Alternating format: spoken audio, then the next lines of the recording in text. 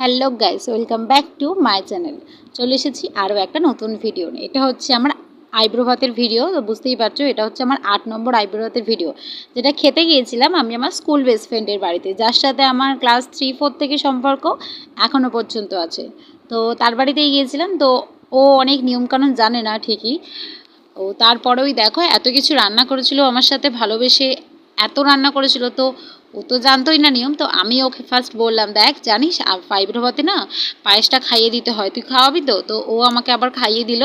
তারপর এখানে একটা নতুনত্ব ব্যাপার আছে এটাই, যে কেউ হচ্ছে, সবাই তো পায়েস খাইয়ে দিয়েছে, কেউ মিষ্টি খাইয়ে দিয়েছে, কিন্তু ওই ফার্স্ট যে পায়েস তো খাইয়েছে, তার সাথে সাথে ভাতটাও মেখে ফার্স্ট প্রথম গালটা আমাকে খাইয়ে দিয়েছে।